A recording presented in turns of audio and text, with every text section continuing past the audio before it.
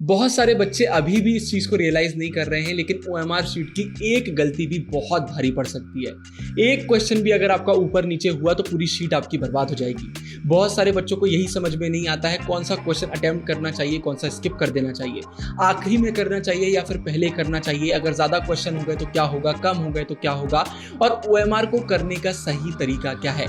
बहुत सारे बच्चे इसमें बहुत सारी प्रॉब्लम्स फेस कर रहे हैं, लेकिन टेंशन लेने की ज़रूरत नहीं है। मैं हाजिर हो गया हूँ एक बहुत ही शानदार वीडियो के साथ। आज की वीडियो को 3 पार्ट में मैंने डिवाइड करा है। सबसे पहले मैं आपको बताऊंगा कि ओएमआर शीट भरने से पहले आपको क्या याद रखना चाहिए, ये सबसे ज़्यादा इंपॉर्टेंट है।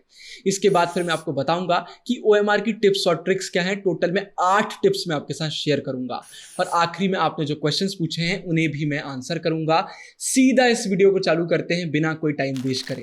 तो सबसे पहले बात कर लेते हैं कि ओएमआर फिल करने से पहले आपको क्या करना चाहिए। स्टार्टिंग में ही बोल रहा हूं, ये मेरी चॉइस है, आपका तरीका थोड़ा सा डिफरेंट भी हो सकता है, लेकिन फिर भी एक बार सुन लीजिए, मुझे ये तरीका सबसे सही लगता है। देखिए, हमें अभी से नहीं मालूम कि सेंटर में आपको क्वेश्चन पेपर में मार्क करने का ऑप्शन मिलेगा कि नहीं मिलेगा।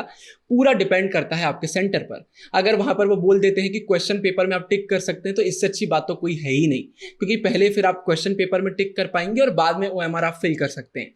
लेकिन हम वर्ष के लिए प्रिपेयर होकर चलते हैं। हम ये मान के चलते हैं कि हमें क्वेश्चन पेपर में वो डॉट भी नहीं लगाने देंगे, हमें सिर्फ और सिर्फ ओएमआर पर सीधे सीधे आंसर अटेम्प्ट करना है। तो यहां पर हमारी अप्रोच क्या होना चाहिए? तो यहां पर हमें फॉलो करना चाहिए 3 स्टेजेस अप्रोच।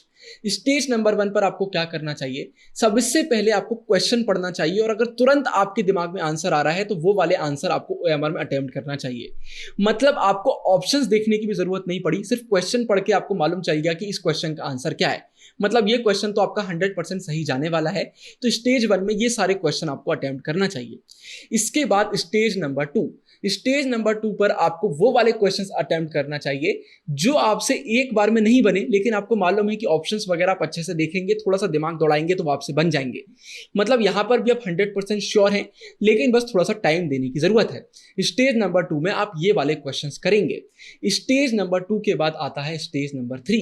अब सबसे पहले आप काउंट करेंगे कितने क्वेश्चंस आपके हो गए हैं और कितने क्वेश्चंस अब आपको करने की जरूरत है। स्टेज नंबर 3 में वही क्वेश्चंस बचेंगे जो आपसे नहीं बन रहे, क्योंकि जो बन रहे थे वो तो हमने ऑलरेडी अटेम्प्ट कर दिए। तो यहां पर अब आप प्रैक्टिकल गैसिंग का यूज करेंगे। इस पर ऑलरेडी मैंने एक वीडियो बना दी है जहां पर 11 टिप्स मैंने शेयर करी हैं। उस वीडियो में सब कुछ मैंने बताया है कि तुक्का हमें कब लगाना चाहिए, कब नहीं लगाना चाहिए, और लगाना भी चाहिए तो कैसे लगाना चाहिए।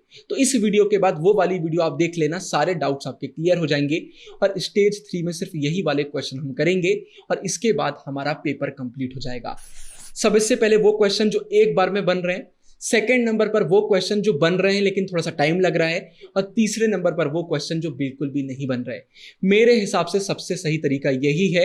अब टिप्स की बात कर लेते हैं, लेकिन उससे पहले फिर से रिपीट करूंगा जो मैंने आपको स्टेजेस वाला तरीका बताया है। सबसे पहले मॉक्स में से एक बार प्रैक्टिस करिए, और उसके बाद अगर आपको सही लगता है तो फाइनल पेपर में प्रैक्टिस करिए। टिप नंबर 1 निकल कर आती है डॉट।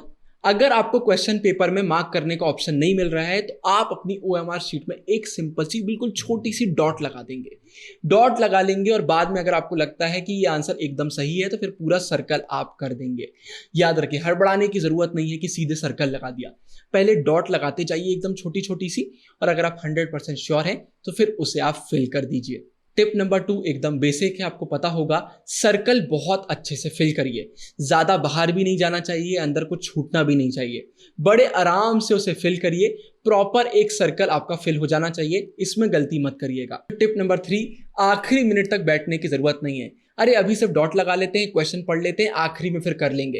अरे आखिरी में आप पैनिक करने लग जाओगे, हाथ पांव कपकपाने लग जाते हैं, सर्कल ही नहीं बना पाओगे आप सही से, और आपके बनते हुए क्वेश्चन भी छूट जाएंगे।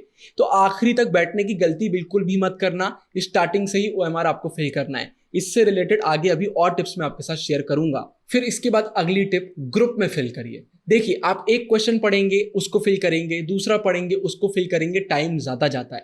इससे अच्छा तरीका है कि 4-5 क्वेश्चन एक बार में आप पढ़िए, उनके आंसर देखिए और एक साथ उन्हें फिल करिए। इससे टाइम बचता है, लेकिन तभी करिएगा जब ये चीज आपके लिए काम कर रही है। पहले मॉक्स पर ट्राई करिएगा।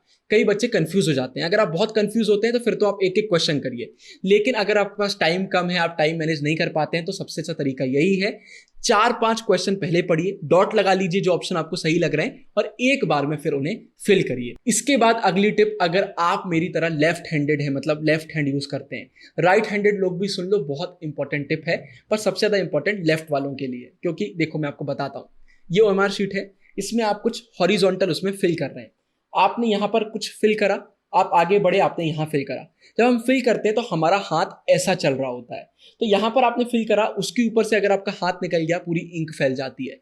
सेम चीज अगर आप राइट हैंडेड भी हैं, आप ऊपर से नीचे कर रहे हैं और आपने यहां पर डॉट लगाया, आपने उसके ऊपर से हाथ निकाल दिया, गर्मी बहुत है, पूरी इंक फैल जाती है। ये गलती मत करिएगा। अपना हाथ थोड़ा सा दूर रखिए, दूर से फिल करिए, बिल्कुल पास से चिपकाने की जरूरत नहीं है। गलती मैंने करी है, मैं आपको बता रहा हूं। वीडियो में आगे बढ़े उससे पहले आपको मैं बताना चाहता हूं, पहले भी मैंने आपको बताया था, जैसे ही CUT एग्जाम खत्म होंगे तुरंत इस चैनल पर हम कॉलेज रिलेटेड वीडियोस डालना चालू कर देंगे। तो ऐसा बिल्कुल भी नहीं है कि आपको और हमारा साथ सिर्फ CUT एग्जाम तक है। इसके बाद चैनल पर बहुत शानदार कॉलेज रिलेटेड वीडियोस भी आपको देखने को मिलने वाली हैं। वो वीडियोस देखकर आपको मजा आ जाएगा। अब वीडियो में आगे बढ़ते हैं। फिर इसके बाद मैं बोलना चाहूंगा, चालाकी करने की जरूरत नहीं है। अरे मैं तो ज्यादा क्वेश्चन अटेम्प्ट कर दूंगा या फिर 2 सर्कल फिल कर दूंगा। देखिए, आप जितने चालाक हैं उससे ज्यादा चालाक पेपर बनाने वाले हैं। उन्हें सब मालूम है पहली बार पेपर नहीं हो रहा है, तो चालाकी करने की जरूरत बिल्कुल भी नहीं है। फिर मैं बोलना चाहूंगा, बार बार अपने पेपर को चेक करो, अपनी शीट को चेक करो। जो क्वेश्चन आप अटेम्प्ट कर रहे हो OMR शीट में, उसी में आप आंसर कर रहे हो कि नहीं कर रहे हो। कई बार गलती हो जाती है, हम क्वेश्चन नंबर 7 अटेम्प्ट कर रहे हैं लेकिन OMR में हमने क्वेश्चन नंबर 9 पर सर्कल कर दिया।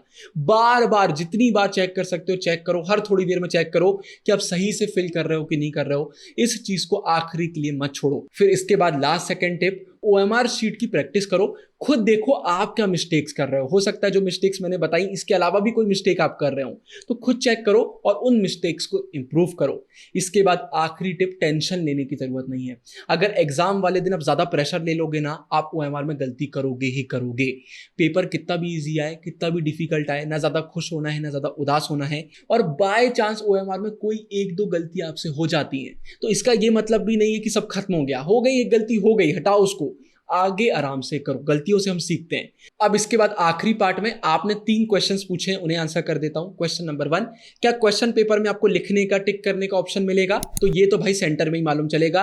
NTA के काम बहुत बेकार है, मैं अभी से कुछ भी नहीं बोल सकता, वहीं पर आप देख लेना। लेकिन आप वर्ष के लिए प्रिपेयर होकर जाओ कि आपको नहीं मिलेगा, वही सबसे सही है।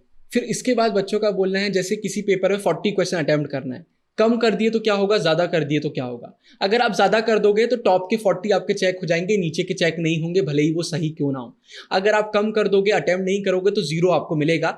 और फिर इसके बाद आखिरी क्वेश्चन निकल कर आता है, अगर क्वेश्चंस नहीं बन रहे हैं तो क्या करना है। मतलब अगर 40 अटेम्प्ट करना है, सिर्फ 35 बन रहे हैं, तो बाकी 5 नहीं बन रहे तो क्या करें। तो फिर से कहना चाहूंगा, एंड स्क्रीन में वीडियो डाल रहा हूं, एक बार प्रैक्टिकल गेसिंग वाली वीडियो आप देख लो, बहुत शानदार मैंने प्रैक्टिकल टिप्स आपके साथ शेयर करी हैं। उन्हें अगर आप फॉलो करते हो तो हाई चांसेस है सारे क्वेश्चंस आपसे बन जाएंगे। इस वीडियो के लिए इतना ही। पसंद आई हो तो लाइक कर दीजिएगा, शेयर कर दीजिएगा। बाकी आगे बहुत सारी वीडियोस में आपसे मिलता हूं। अभी के लिए इतना ही। साइनिंग ऑफ, गुरु टेंगुरिया। आप सभी को ऑल द बेस्ट।